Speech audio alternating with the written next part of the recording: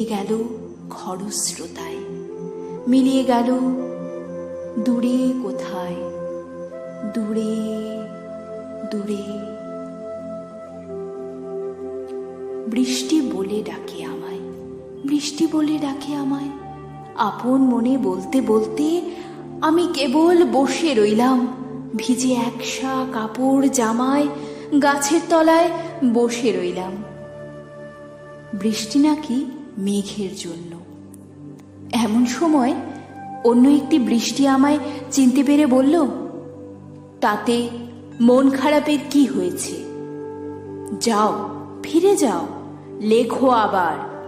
এখন পুরো বর্ষা চলছে, তাই আমরা সবাই এখন নানান দেশে ভীষণ ব্যস্ত। তুমিও যাও, মন দাওগে তোমার কাজে। বর্ষা থেকে ফিরে আমরা নিজেই যাব তোমার কাছে। এক পৃথিবী লিখব আমি, এক পৃথিবী লিখব বলে ঘর ছেড়ে সে বেরিয়ে গেলাম। ঘর ছেড়ে সেই ঘর বাঁধলাম গহন বনে, সঙ্গী শুধু কাগজ কলম। একাই থাকবো, একাই দুটো ফুটিয়ে খাবো। দু এক মুঠো ধুলো বালি যখন যারা আসবে মনে, তাদের লিখব, লিখেই যাব। এক পৃথিবীর 100 রকম স্বপ্ন দেখার সাধ্য থাকবে যে রূপকথার, সে রূপকথা আমার একার। ঘাড় গুঁজে দিন লিখতে লিখতে, ঘাড় গুঁজে রাত লিখতে লিখতে, মুছেছে দিন, মুছেছে রাত।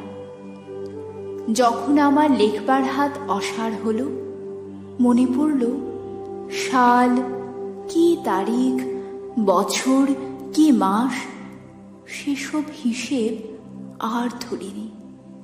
লেখার দিকে তাকিয়ে দেখি এক পৃথিবী লিখব বলে একটা খাতাও শেষ করিনি। সঙ্গে সঙ্গে ঝমঝমিয়ে বৃষ্টি এলো খাতার ওপর, আজীবনের লেখার ওপর। বৃষ্টি হলো এই অরণ্যে, বাইরে তখন গাছের নিচে নাচছে ময়ূর আনন্দিত।